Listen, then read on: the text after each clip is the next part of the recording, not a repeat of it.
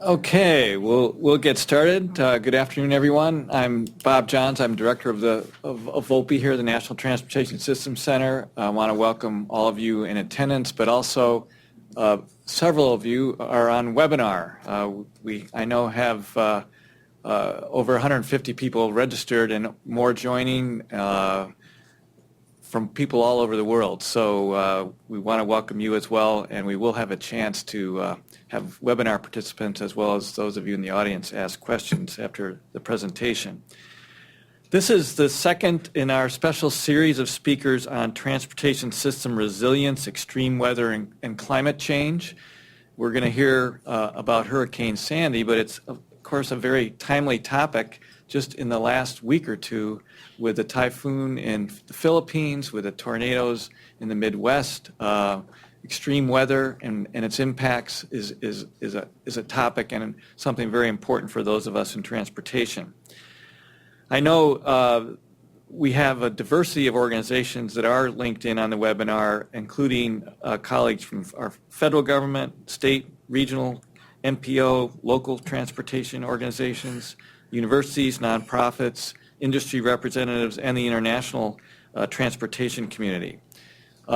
So we're all here to hear Dr. Klaus H. Jacob. He's a special research scientist at the Lamont Doherty Earth Observatory, where he has worked for over 45 years.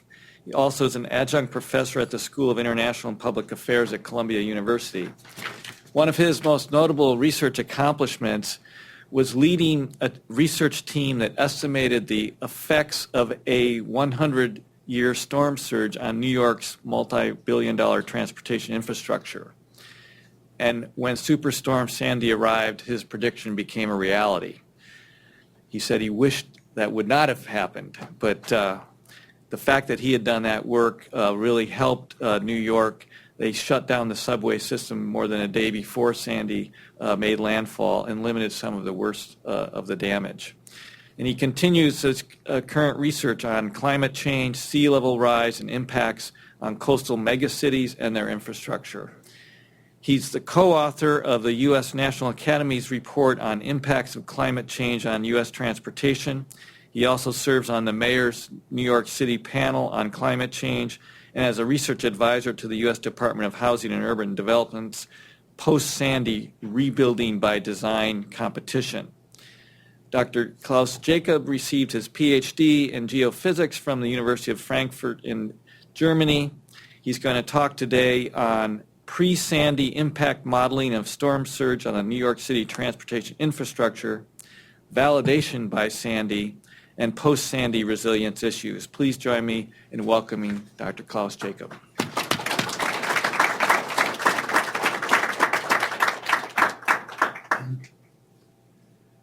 Thanks for the kind introduction, and congratulations that the Volpe Center has this series of talks on an issue that certainly Sandy has brought forward into front row seat and will stay with us for decades to come, whether we like it or not.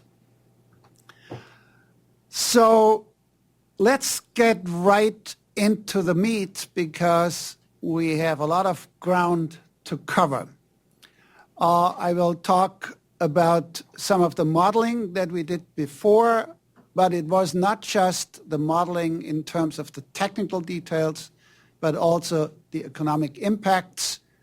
So we would understand whether it's just a technical issue or one with a broad consequence. And then ask ourselves where we go from here or what we need to do in the future. Let me get a few key points up front so we don't lose track later on when we get into the details. The study that I'm largely covering about was a pre-Sandy storm surge modeling effort of the integrated New York City metro region transportation system, and it was largely performed on behalf of New York State who funded that study. But it was in the climate scenarios based largely on work that the NPCC, the New York City Panel on Climate Change, which the mayor of New York had appointed, had assembled. The key findings are that risk will increase significantly, and there are many different factors, but probably the most salient one is that sea level rise will accelerate by about 6 feet by the end of this century. That's the 90 percentile value, because you could go to the median or other values, above the 2000 sea level as a reference. But it doesn't stop there. There will be more sea level rise thereafter, and so we can't stop thinking just 100 years when it comes to infrastructure. Sea level rise combined with both nor'easter winter, that's extratropical storms, and hurricanes, which are tropical cyclones, will ever more often and more severely flood the coastal regions and its infrastructure, thereby increasing by about 2,100 the annualized risks by factors of up to 30. That is humongous, unless mitigated, and that's of course our job.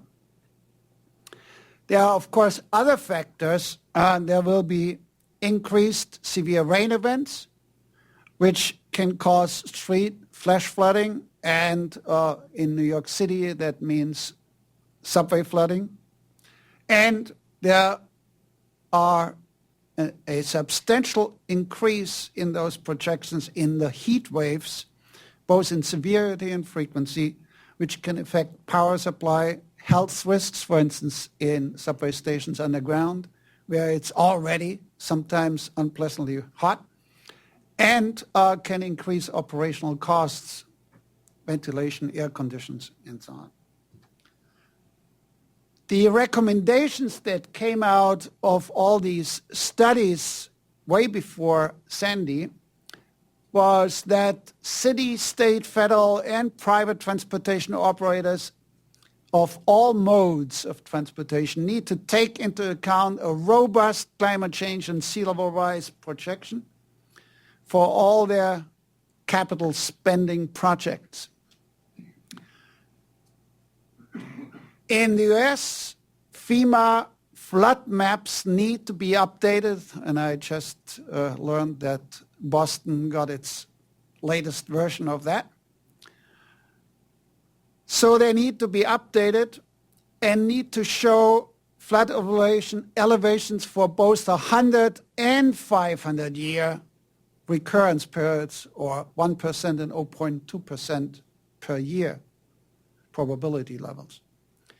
To these current base elevations, however, the projected sea level rise needs to be added for future design, because those maps do not take into account future sea level rise. Yet, your infrastructure has to live with sea level rise. Transportation systems need to be designed and retrofitted to make them adaptively resilient over time by adding to current base flood elevations from those new FEMA maps the sea level rise, but it has to be commensurate, the sea level rise, with the expected life cycle of the systems or components. Until these systems are engineered to be climate change resilient, robust operational emergency plans and temporary protection measures must be planned, designed, financed, implemented, tested, and readied for use on very short notice to be deployed. These were our recommendations then, some 2 or 3 years ago. Well, what transportation system are we looking at in the New York metropolitan area? You see in fine black lines a road network, which in the red heavy lines ends up in bridges and tunnels that go across the waterways, where there are, of course, potential bottlenecks. Then you have in purplish the subway lines, which is the relatively dense network, which is the backbone of commuter transportation in the metropolitan area. And then there are the feeders from farther out, namely in the north in yellow you have the Metro-North Railroad, to the east in green the Long Island Railroad. From the west, from New Jersey, you have in blue the New Jersey Transit System, but also in another darker yellow, the PATH train that is operated by the Port Authority of New York and New Jersey. There are, of course, airports in the vicinity, indicated in blue, and other facilities such as bus terminals and so on. Ferry landings are blue little dots. Yes? Yeah, I'm having trouble seeing the island of Manhattan. Where is that? I tried to point it out to you, but the people in the webinar will not see. This is the island of Manhattan. Okay, that's the Harlem River, the East River, the Hudson River. It's truly an island. Now, over the last 20 years, New York City has experienced quite a number of modest weather events that caused some transportation interruptions. You see here flash flooding on the left and upper right. And when that flash flooding reaches streets in which we have subway ventilation grids, then this happens. The subway system essentially becomes the default sewer overflow. And what you see here is a curtain of water comes down on the middle left image. And New Yorkers are used to that and live with it. But sometimes it gets so severe that the subway lane has to be shut down. The MTA has made some modest modifications. In the lower left and center, you see two arrangements where they raised some modest barriers to the ventilation grates, some berms.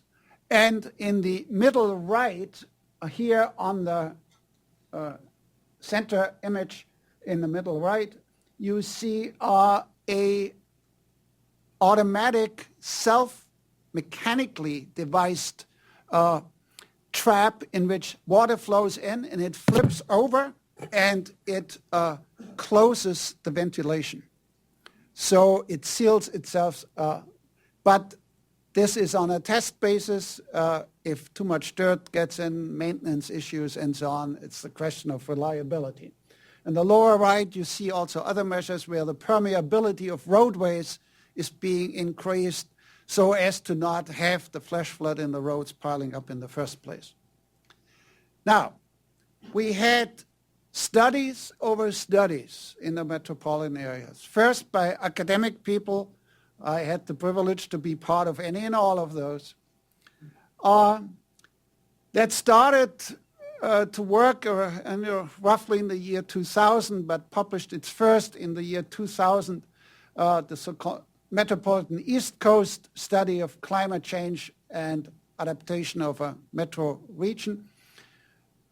Then in 2009, the MTA finished a largely green sustainability mitigation, climate change mitigation oriented report in which I was only originally a guest in participating, but inserted myself to bring the issue of adaptation onto the table, and we included finally an adaptation chapter in that plan and developed also an internal MTA plan for adaptation, how to address that into the future.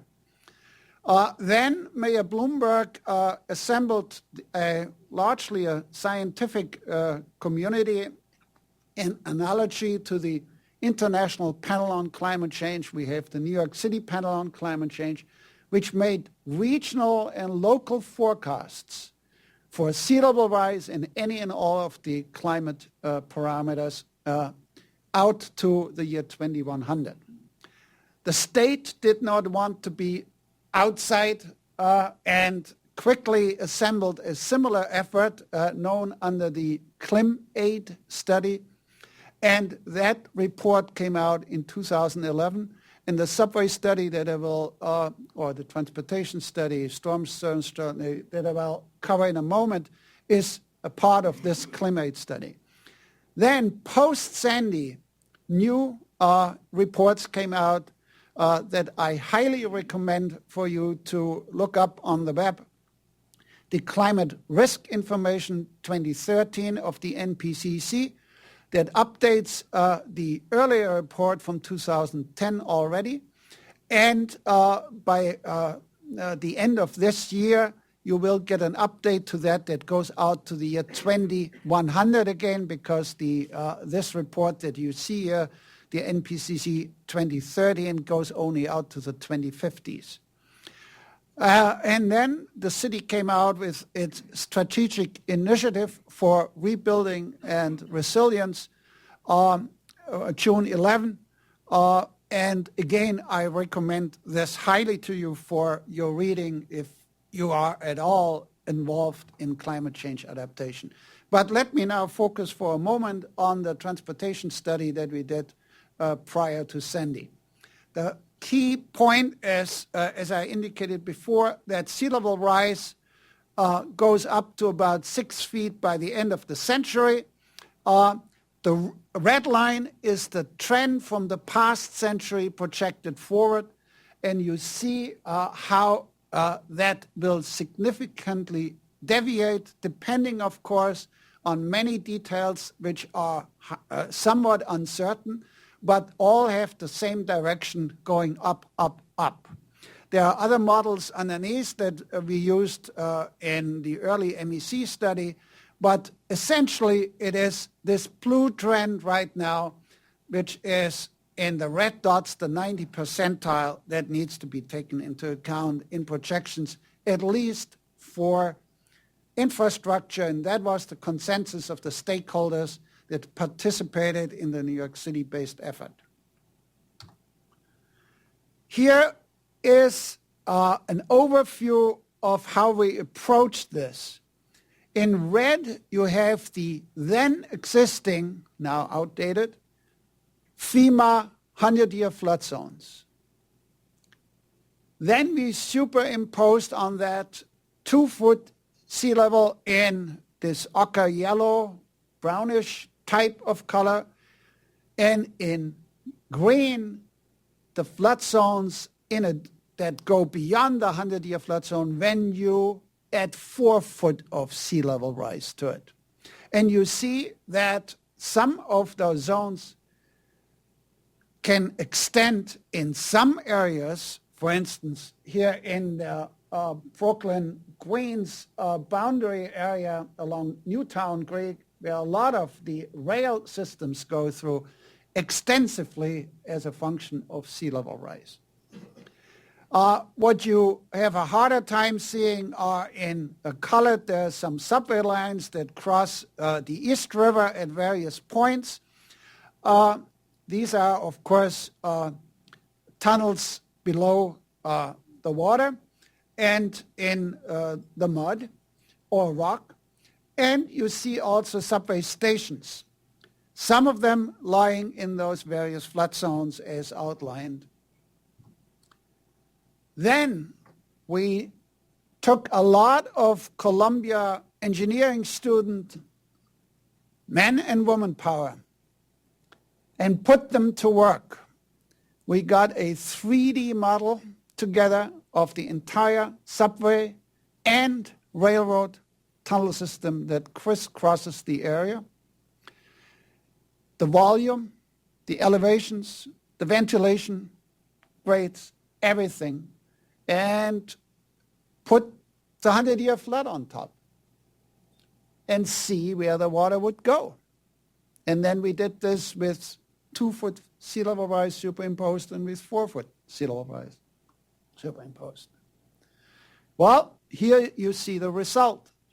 Everything in blue are flooded subway tunnels.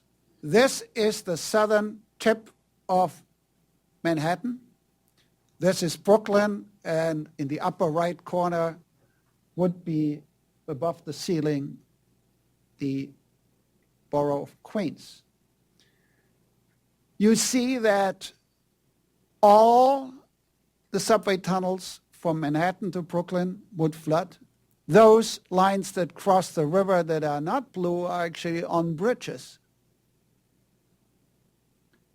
Where you see dotted broken lines, the subway would not flood if they would be in isolation, those segments. But enough water flows in these solid blue areas, so it backflows into those portions of the subway system that would not flood on their own if there would be only surface supply of water.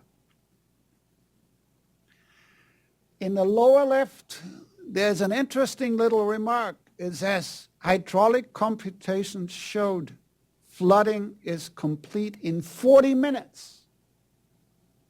And that was a real surprise to many, both to us who did this, but more so to the MTA engineers. And that set some thinking into motion. In Midtown Manhattan, across the East River that goes the center of the line, similar situation, again, broken lines, partial or full flooding, but only by backflow, not by original flooding. Now we come to the upper part of Manhattan. This is now the Harlem River. Here is the East River. The Long Island Sound would start to the lower right. This is the Hudson River on the left. Again, you see the Harlem River tunnels were expected to flow. But keep this image in mind because I will have some comment on that later. Now, there's a very confusing slide. I don't expect you to read all the details. But you see red, yellow, and green colors. The red and the yellow and the green is what you saw before on that map. And on the left, there's a list of facilities. Lincoln Tunnel, Holland Tunnel, Queens Midtown Tunnel, Brooklyn Battery, the Pass System, Long Island Railroad, and so on and so on. And when they are either red or brown, they would have flooded, according to our prediction, from Sandy. Why? Because Sandy was roughly 3 feet higher than the 100-year flood zone. It was, by flooding level alone, about a 700-year flood. The storm that caused that flooding in terms of wind speed and air pressure would have been only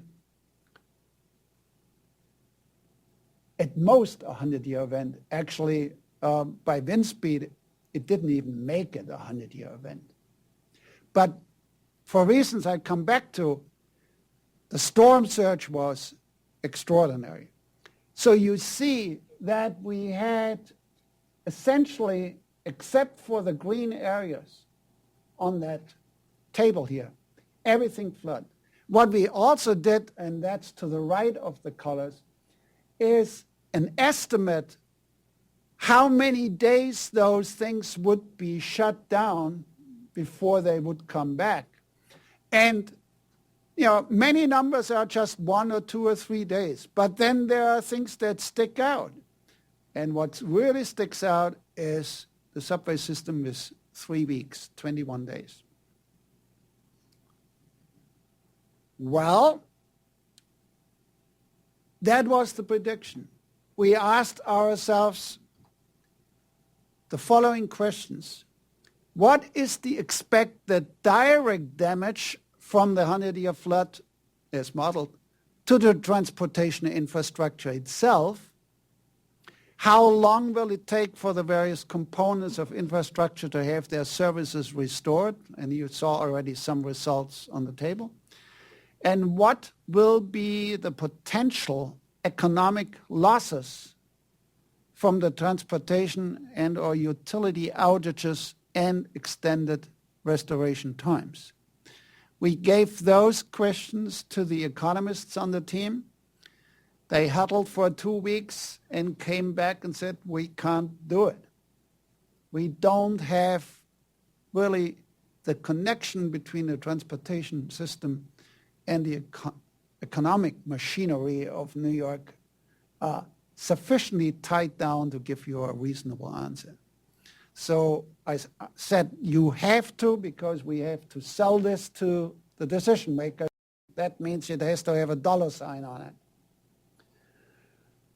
They huddled for another week and came back with waffling and I said, go home. I'll do it myself. I took the back of an envelope, went to Wikipedia, found out that the economic output of the New York City economy is $4 billion per day. I said on day 1, it's 0 after the storm. And on day 20, it has recovered to 90%. And in between, it linearly creeps back up. The result is here. The direct impact we measured with the help, not measured, guessed, with the help of the engineering community in the transportation sector as roughly being $10 billion, with roughly 3 weeks and $4 billion output of the economy. If you multiplied 3 by 4, that's 12. It would 3 weeks, 20 days. 20 days times 4 is 80. Half of it, because linear interpolation, makes $40 billion. If you add the 10 to the 40, you come out with $50 billion on the bottom. I don't know. Maybe Congress must have read our report the day after Sandy when they allotted $50 billion to, I don't know. So,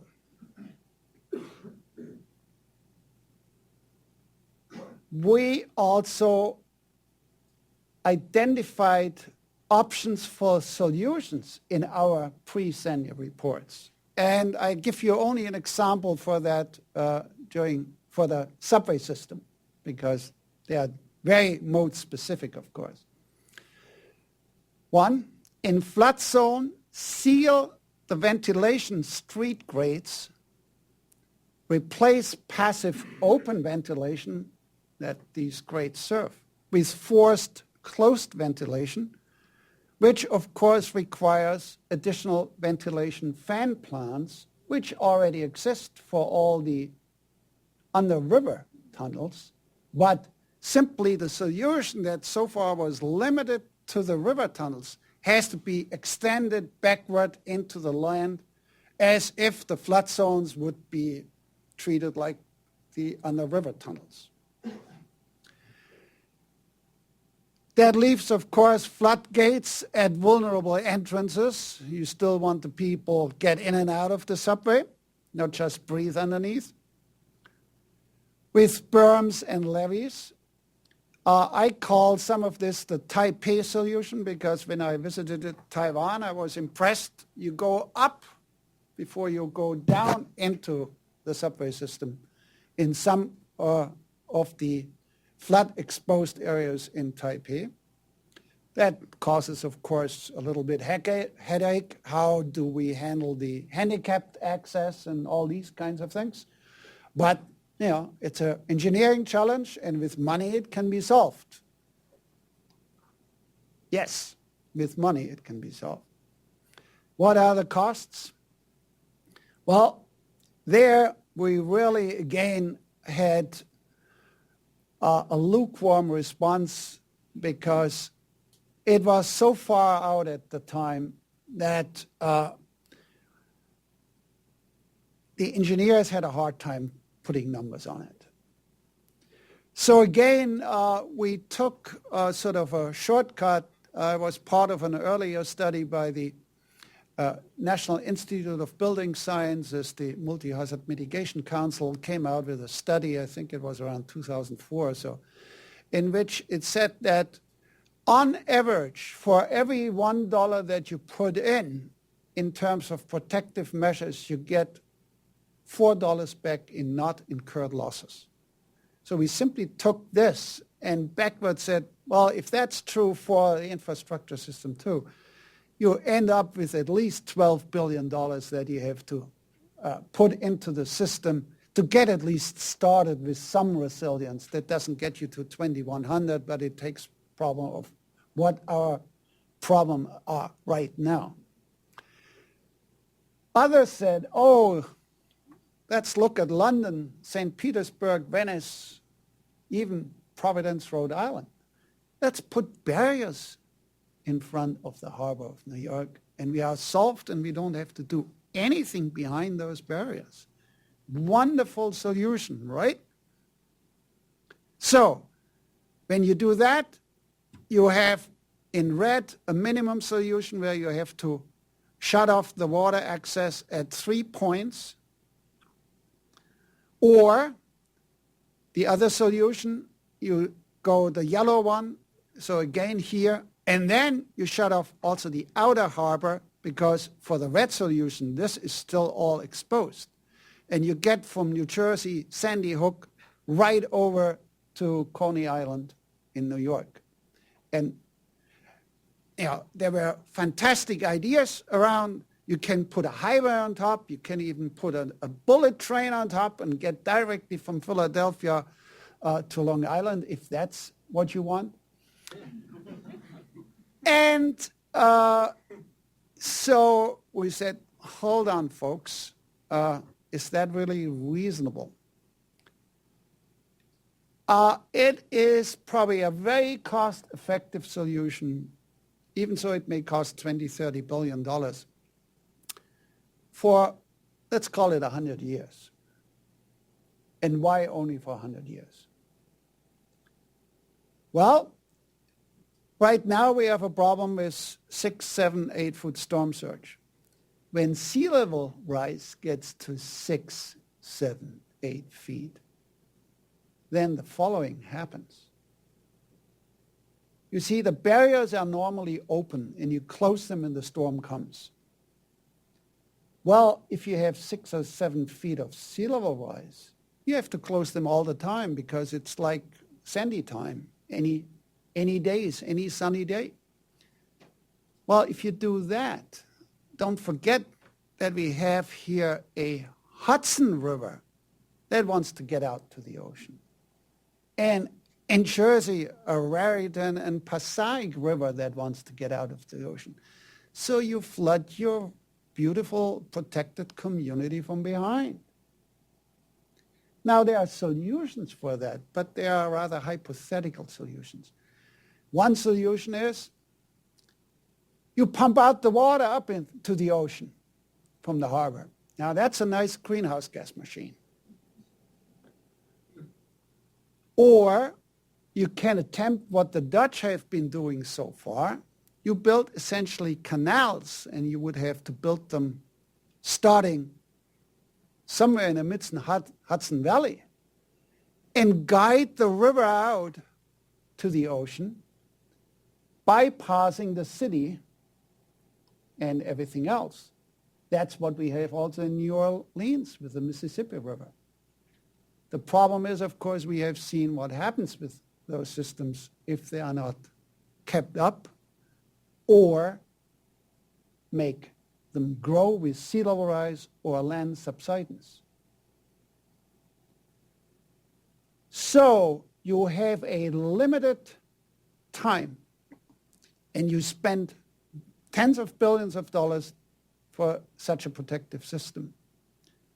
So we discussed in New York City at least whether there are other ways to handle that without a barrier system. And that discussion still goes on. The U.S. Army Corps of Engineers is still in the midst of a comprehensive study of the area. We don't have the results. We're looking forward to it. But if you really, and I come from a geophysicist, earth scientist background, I look at the long run. 100 years is nothing. It's a lot. Just 25 generations of politicians being elected. But in the long run, there are fundamentally three basic modes of adapting to climate change. One is protection. We just discussed that. The next is accommodation. You actually invite the water into your neighborhood. FEMA would call it wet proofing your house, or maybe even your infrastructure. Make everything submersible. And the third, and probably the one that's the least sellable now, is strategic retreat to higher elevations. The Dutch don't have that option. New York City, Boston, not Miami, have the option retreating to higher ground. And we have a lot of topography, which this map shows. The problem is we have sinned over the last 200 years when we didn't know sea level rise was around the corner and put all our valuable things on the waterfront or at low elevations. Smart money will sooner or later find out that elevations is actually a very valuable asset. And I wonder how New York City will look in 200 years from now. And what we do now, we might want to keep that in mind, how we transition from now to then and there. We also had missed opportunities. After the World Trade Centers came down, and here you see the construction site where World Trade Center 1 and 2 stood once, there are huge transportation system projects in the tune of billions of dollars being implemented, the PASS station and so on, Fulton Transfer Station. We, in our rush to get back on our feet after 2001, did not build in the necessary safety. And money, when money is spent, that's the time to do it. I asked these questions in 2007 at a strategic planning meeting at the Port Authority. Will the west top and the east top, which are separated here by a wall that the subway runs through, be flooded? Under what conditions? And so on. You can read those questions for yourself. The engineers were quite interested in that, but when it comes to decision-making in the top levels and on the political level, there was no will to address those and proceed as quickly as possible in rebuilding the World Trade Center. With the consequence that, of course, during Sandy, it was partly flooded, that bathtub in the PASS system. The NPCC, again, prior to Sandy, came out with an 8-step for adaptation. 1, identify the current hazards. 2, conduct inventory of the built assets. 3, characterize their vulnerability. to climate change, then develop strategies in 4, look for opportunities to insert them, link them to financing and development cycles, implement them, and then see how well you do. Well, these were planned to proceed, and we thought we would be in this year roughly at the dotted red. So 2010 was the hazards, that was the NPC delivered its climate forecast.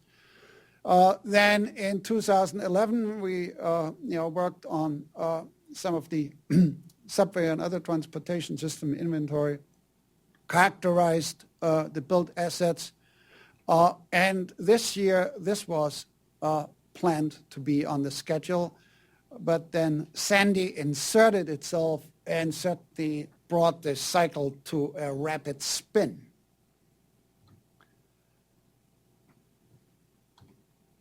Here is Sandy.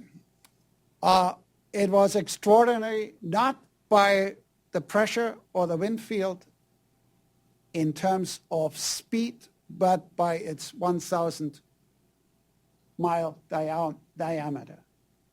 And that caused a lot of water to pile up on the coast. In preparation for the arrival, starting 36 hours before, in some measures even earlier, but the shutdown occurred roughly 36 hours of the subway system. That's the technology that we are looking at right now in our modern world financial city. Sandbags, plywood on the right, the tunnel entrance, plywood and plastic and sandbags, or inflatable water snakes across the entrance of the Penn Station where New Jersey Amtrak and Long Island Railroad interface. And we connect. This is right now what we have available in the absence of long-term investments for resilience. So New York City came out after Sandy with a report, A Stronger, More Resilient New York. It's part of an initiative, SIRR, called Strategic Initiative for Rebuilding and Resilience. And there are very good suggestions in there. I do not agree with everything that's in there. I think it also looks only out to the year 2050. And as I indicated before, I think we have to look longer into the future. Again, it shows what happened, 43 deaths and so on, 19 billion in damage. That doesn't include all the economic losses. 11 million travelers were affected daily at various durations over days to weeks. Now, why was Sandy different? Sandy was different because it hit the backbone of the New York City transportation system here in the subway. And why was it different? Because all the earlier storms were just below the critical level, and Sandy stuck out by 3 feet above it. That made the difference. Now, in dark blue in the center, you see the contribution that sea level rise contribute relative to the baseline of 1900. So in the 50s, you get already half a foot or so contribution, but it grows with time. And remember, this is where we are right now, down here where the blue and the red hardly differ.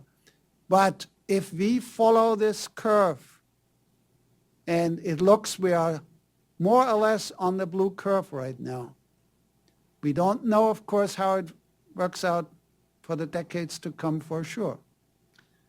But this dark blue contribution would be, for instance, if you add the 2100 to all the earlier storms, all of those would be flooding the subway system. So you have here 2, 4, 6, 8, let's call it 10 storms in 50 years that all would flood it. That means every 5 years or so you get a flooding of that system. And smaller storms that are not here also would exceed it. So that's why that amplification factor of 30 comes in that I mentioned before. We are just from sea level rise alone, regardless of whether the storm intensity or frequency changes. Sea level rise alone amplifies your risk exposure by a factor of 30. And that has to sink in, period. Sorry, not now. There will be questions in a moment. The system is, of course, complex. And if you look on the right where Sandy flooded, it's only very small areas that are being affected. But as I showed before, those small areas can have, on a network, a devastating impact. If you look here, this is the East River crossings before and after Sandy. These are the 620,000 per day, typical weekday, subway riders in blue. 2 days after, there is no blue. There is a light blue, which are pedestrians that walked across the river. There is a wide area where people bicycled across the bridges. And there are substantial increases in the bridge vehicle traffic. 4 days later, some subway coming back, but note the absolute numbers. 600,000, 82,000, back to 200 or so thousand crossing the East River. So there's still an absolute impact. These are just the relative numbers. But you see how the system adjusts itself very opportunistically and depending on how quickly various systems come back and recover. I had indicated that bridges would be open within a day. That's exactly what happened. The 15 bridges, even so some access ramps were flooded, were back within a day. On the other hand, tunnels, there were 3 of them, the Holland Tunnel, the Brooklyn Battery Tunnel that connects the 2 boroughs, Manhattan and Brooklyn, and the East River Tunnel, that took longer, up to 11 days to fix them. There was an ingenious improvised rapid bus system with reserved lanes, with 3 centers for embarkment in Brooklyn, going over the road bridges into Manhattan with only very few stops bringing commuters into Midtown. That was very effective. Our forecasts were remarkable, but there were 2 major exceptions, and they are noteworthy. The one was that temporary barriers here in this is Upper Manhattan, Hudson, Bronx, that at this place here, they put this plywood wall up to prevent that tunnel from flooding. So the the Harlem River tunnels did not flood. So at least the Bronx and Manhattan could communicate by subway. The other effect, point 2, is I think more remarkable and really should be a lesson for anybody who deals with this kind of an issue. The MTA, knowing which tunnels would flood ahead of time, went in, took out all the sensitive signal and control systems, brought them to the surface so they would not be impregnated with salt water. They pumped out the tunnels, took a week or whatever, cleaned it up, brought the signals back, and the subway was running again. Now this saved, compared to our 21 days that we had forecast, the subway system was back by and large within a week or so, in some lines even earlier. Now multiply that by the fraction of the $4 billion per day. This single measure of taking the signals out saved the economy of the metropolitan area tens of billions of dollars. I thought it was ingenious and underreported, and the MTA should get credit for that.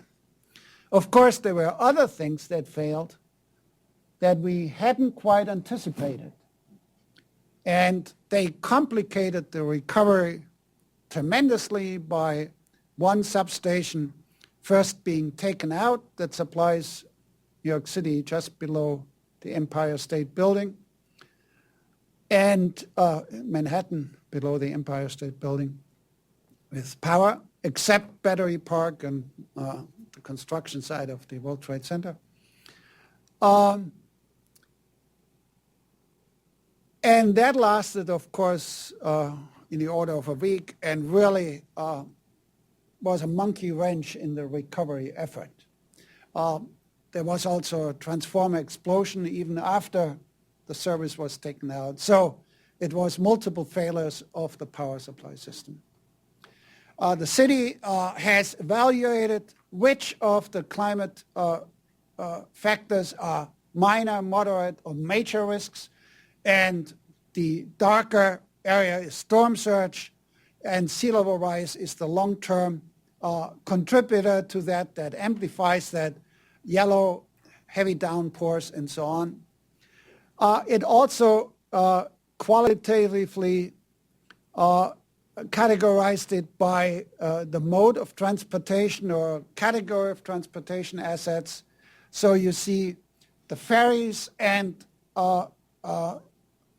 marine transport are both by sea level rise and storm surges affected, but most importantly in terms of impact, the tunnels and subways are the ones that are really affected already at current situation, and sea level rise will certainly do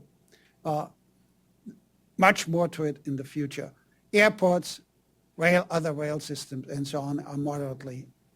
The ferry system was a most welcome relief transportation system, both during 9/11, 2001, as well after Sandy.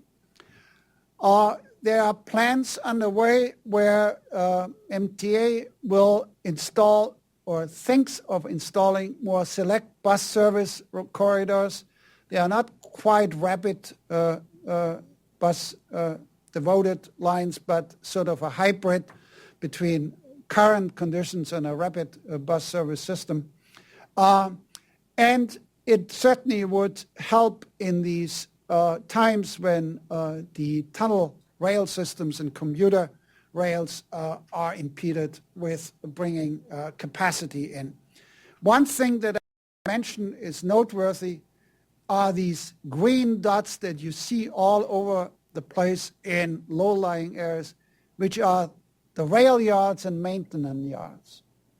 And they're all in former swamp areas, and they all will have to be somehow initially protected or at least wet-proofed to some degree.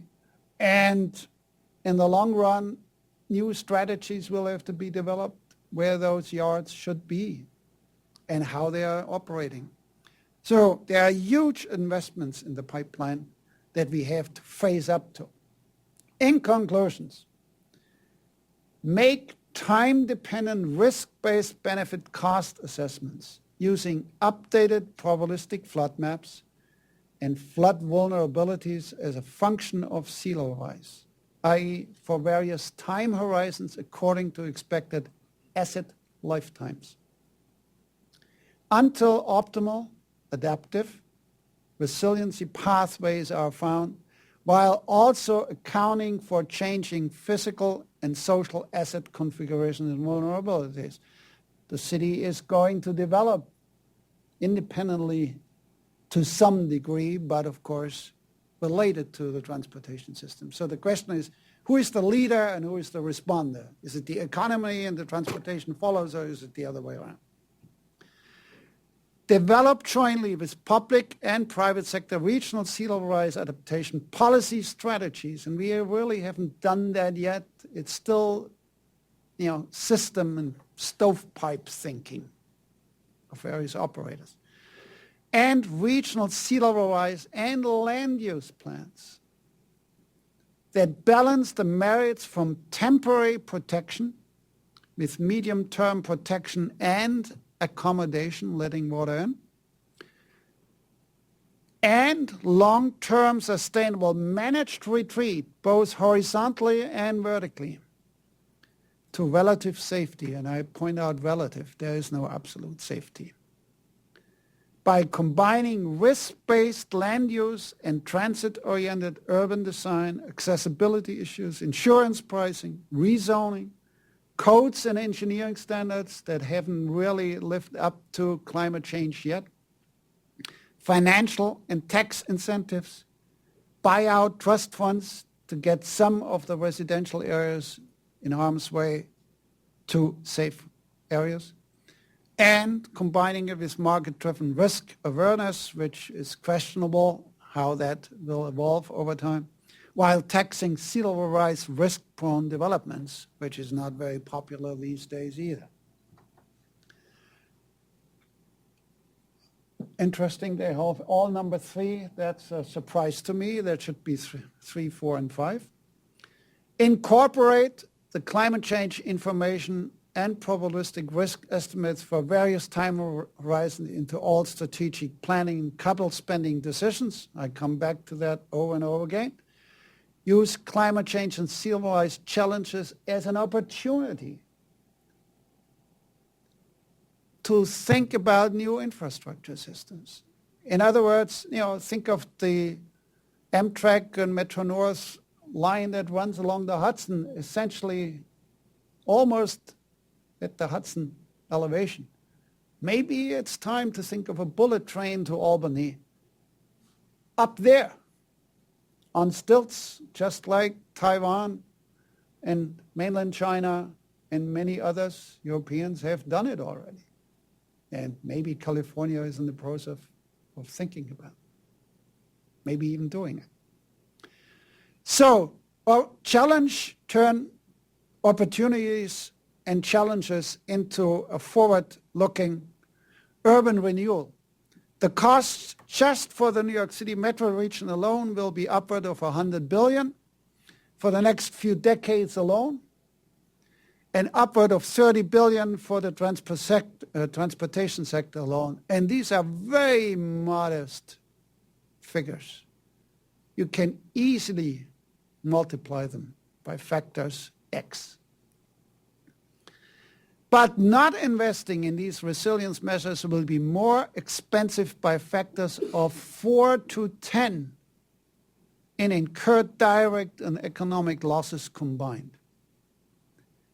So we cannot afford to do nothing.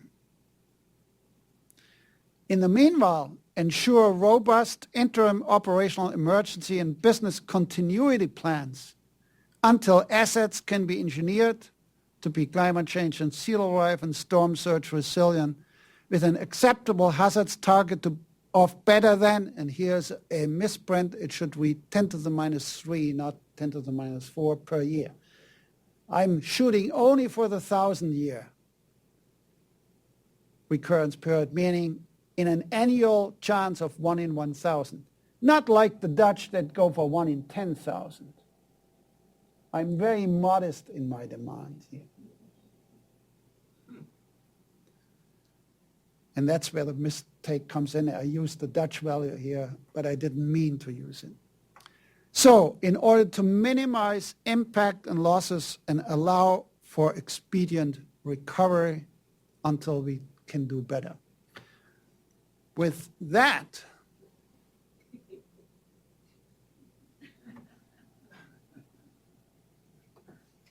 thank you.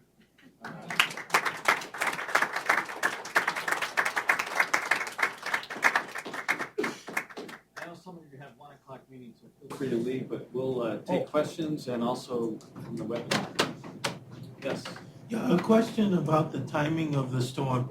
Did it coincide in its peak with high tide, low tide, or? That was in the graph where I showed the other storms in comparison to Sandy. When you look at it, the gray area on the bottom, and it didn't point that out, were the tidal contributions. It coincided with high tide. But if you compare it to the other storms, that tide wasn't really that exceptional. It was actually a medium high tide, it was, but not the highest astronomical tides that we get in the area. It could have been 2 feet higher. Yes. I have a webinar question. At least one environmental group has recently made a cause that green infrastructure, expanded wetlands, etc., should get primary emphasis as a resiliency measure. To what extent is that a viable resiliency strategy for the New York metro region? Yeah, that's a very good question, and it has come up over and over again. Green infrastructure, meaning marshes, wetlands, if you like yellow infrastructure like sand dunes, coast beach replenishment, and so on, is largely effective to reduce wave action, the dynamic wave action. It reduces somewhat the still water flood height, but you have to have a very wide marsh of 1 mile or more to reduce it by 1 foot of still water flooding. And it's not effective against sea level rise because everything rises and it doesn't help and prevent at all from sea level rise impacts.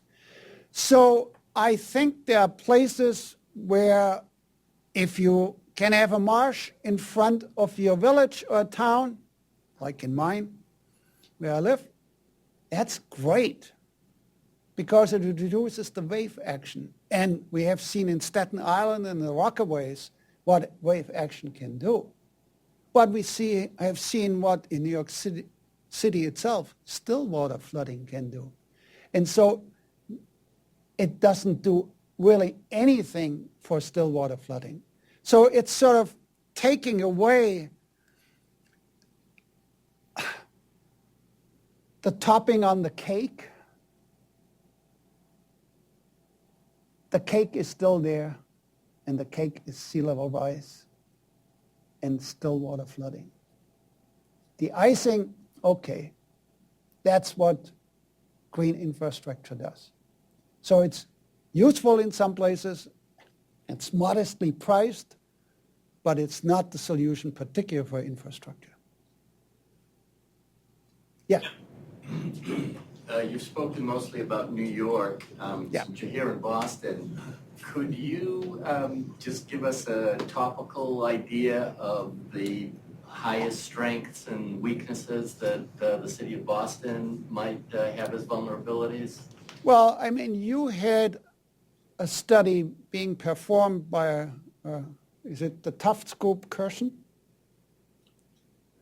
The so-called CLIMB study, C-L-I-M-B, which I read, and that's as much as I know about Boston. So I recommend that you read it and take it to heart. So I would not venture, I try to stay on solid ground, and Boston for me is outside my solid ground. Yeah. Have you looked at some of the maladaptive measures that we have taken over the past century and so on, dealing with flood control, dealing with... What was the word? What measure? Maladaptive. You know, when I talk about adaptation, I always say, how many of the adaptive measures that we take and have taken have had unanticipated, unintended consequences in terms of maladaptive consequences? Have you looked at that? Take New Orleans, a case of maladaptation. They built canals to connect for economic reasons, the waterways for rapid shipment from the Mississippi River and refineries out to the ocean, which brought waterways into the city for the tides and storm surges. They built their system only for 1 to 10 to the minus 2, namely the 100-year kind of event, and then didn't adapt it to the sinking land and rising sea levels. So there were many multiple factors of maladaptation in New Orleans. If you like, I wouldn't call it maladaptation, but it was adaptation without having the ability to look into the future is the Dutch. I mean, they were extraordinarily successful in adapting themselves to living with the water and tides and even storm surges. But they are facing now an entirely new problem. You see, whenever you have fixed infrastructure in concrete at a fixed elevation, in the face of sea level rise, you are in trouble.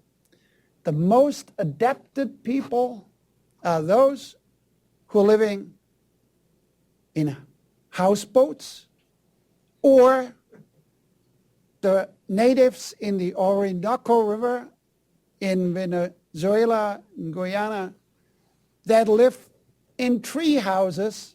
They don't care when the Orinoco floods. They have their boats tied to those trees in which they live, and they're perfectly adaptable. Even the low, dilapidated areas in Lagos, Nigeria, are very adaptable. Why? Because they don't have any infrastructure at a fixed elevation. They have poles in the ground that they connect with boards and build their straw huts on top of it. They just raise those boards and straw huts. There's no sewer system, no subway, no nothing. The problem in Lagos will appear when you build all those things. And then sea level rise doesn't stay where it was when you built it unless you really look forward. So there's a whole new discipline of engineering that we have to invent, adaptive engineering, that doesn't build for fixed elevations, but builds into the design how it can grow with time and sea level rise. I was wondering if you could talk a little bit more about how the power system failure for Manhattan complicated, you referred to it complicating the recovery, and maybe a little bit more about how power is served to the system. Yeah, I'm not the expert on that, so I can't really tell you the technical details as I would like to, but I simply have heard secondhand from folks that were in the recovery effort. You know, if you have to bring power everywhere where you need it for your rebuild, or it complicates matter. The number of generators that you have to bring in to for pumping out the buildings. I mean, downtown Manhattan was overrun by generators, trailers from all over the country and Canada. It was a trailer truck parking lot, downtown Manhattan.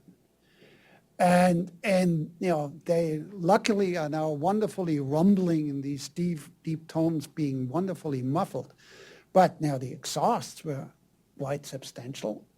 And they also had to bring in hot air into all those basements of those buildings and other facilities. The Verizons, the Coneds, I mean, communication sector was deeply affected by that.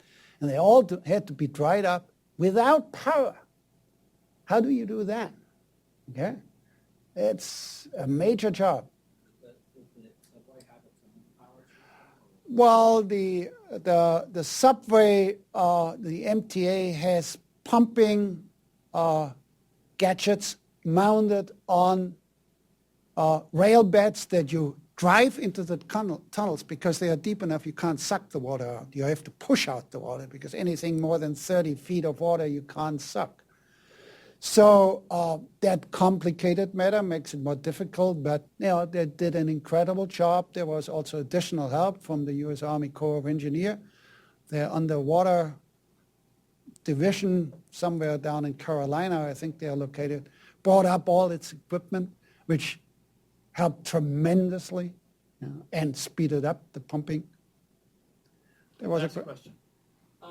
All of this is predicated on sea level rise. Can you just give a quick answer as to what the prediction is going forward? I mean, you showed that graph, but how much control do you think we have over that in terms of greenhouse gases and things changing with renewable energies? I mean, it seems like that curve could really bend quite a bit. What is your feeling of that? Well, I don't have feelings about it because if I would report my feelings, they wouldn't be too good. But I follow the climate modelers, what they look at it. And what they have to look at is, what are the greenhouse gas emissions? Not only of the past, where we have front-loaded the next 500 to 800 years with sea level rise already, but depending on how our greenhouse gas emissions globally, and that means fossil fuels, contribute in the future, that curve will accelerate and accelerate and accelerate for not only decades, but centuries to come. And that's why we have to do both adaptation and mitigation and get the greenhouse gas emissions under control, locally, nationally, globally. And I always say mitigation, meaning the reduction of greenhouse gas emissions, is a global mandate, but adaptation is a local necessity. And it only can be handled locally. We contribute locally to greenhouse gas emissions. And because cities are both the economic drivers, but also put out a lot of greenhouse gases, it was interesting to see that when the national governments did not function as they should, the C40, and now many more than just 40, banded together to address this issue on their own. And Mayor Bloomberg clearly deserves credit for taking a leadership role in that effort. All right. Thank you very much. A great presentation and pretty alarming. But we are going to hear more on this topic. Our next speaker in our series is on December 4th at noon. Suzanne DeRoche, the Assistant Chief for Resilience and Sustainability for the Engineering Department of the Port Authority of New York and New Jersey, will talk on the work of the authority as it relates to Superstorm Sandy. So we'll see you then, and let's thank Dr. Japin one more time.